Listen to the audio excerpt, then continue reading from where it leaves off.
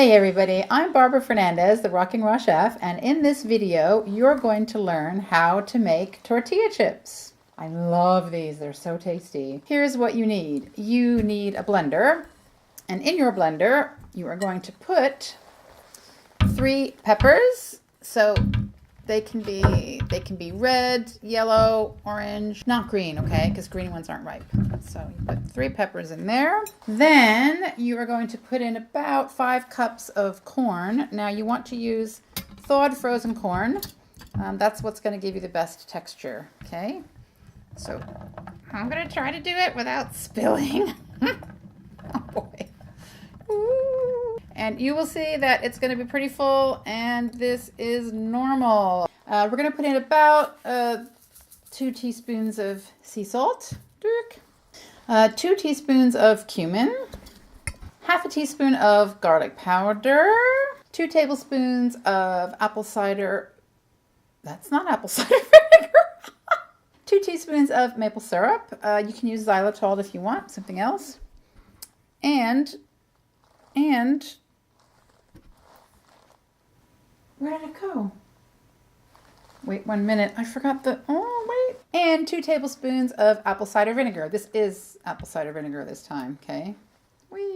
You can use lemon juice if you want. I like apple cider vinegar. And then we have some ground flax. We're going to deal with that in just a moment. But first, we are going to blend.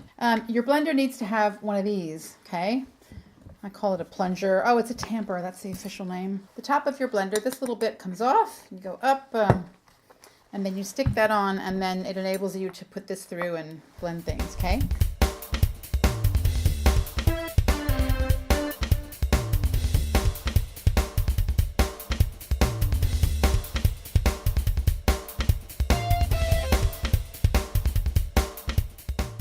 Okay, we get a big bowl.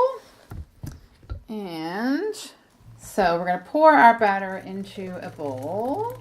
And if you have one of these spatulas, they're really good for getting every last bit out of the blender. There we go. We're going to add 1½ cups, or about 120 grams of ground flaxseed. That's about a cup ground if you want to grind it yourself. I like to grind it myself. You can grind it in a blender or a coffee grinder.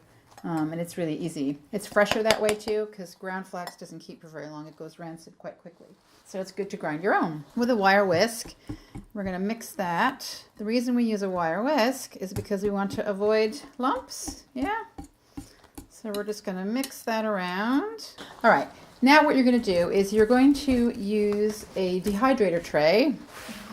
If you don't have a dehydrator, don't worry. You can try this recipe in the oven, but you want it on the very lowest setting, okay? What you want to do, if you do have a dehydrator, take your mesh tray, okay? Take a nonstick sheet, yeah? And then we're going to spread the batter onto the nonstick sheet and smooth it all out. If you don't have a dehydrator, then you are going to use a nonstick sheet on a baking tray, okay? And spread out the batter on that. Right, so what you want to do is you want to divide your batter between 3 trays. But I know by experience that for me it's about 2 ladles worth of batter. Okay. And you're going to spread this out nice and evenly. I'm using a pastry knife, but you don't have to use a pastry knife. You could just use a spatula if you want. The idea is to spread it out nice and evenly. Basically, you want it to be a bit thick. You don't want to be able to see through it, because if you can see through it, it's too thin. Now, to make the sides nice and even, you've got 2 options, okay? If you have a pastry knife, just use the edge of the pastry knife and just kind of go like that. Yeah? If you don't have a pastry knife, and I didn't at the beginning, you can use a ruler, okay? This is my children's dinosaur ruler. But the principle is the same. You just kind of shove it, shove the dough in there on the sides like that. Ta-da! And then you have a nice lovely square. Then what you're going to do is score your crackers. Now you don't have to do this at the beginning. You could wait a couple hours until it dries a bit and then use a pizza cutter. But I'm going to show you in advance. So you get your ruler or your pizza cutter and you just go diagonally across like that. Duck, like that. And then from corner to corner the other way, like that. And then in the middle.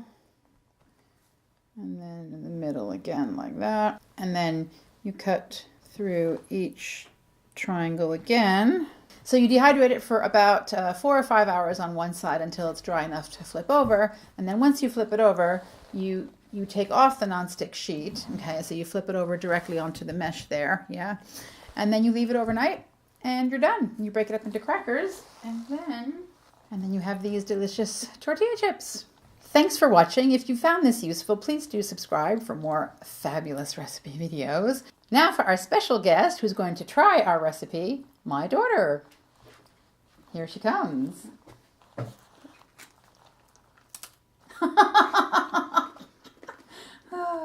Yeah, it's good. It's good? Can I finish it? Yeah.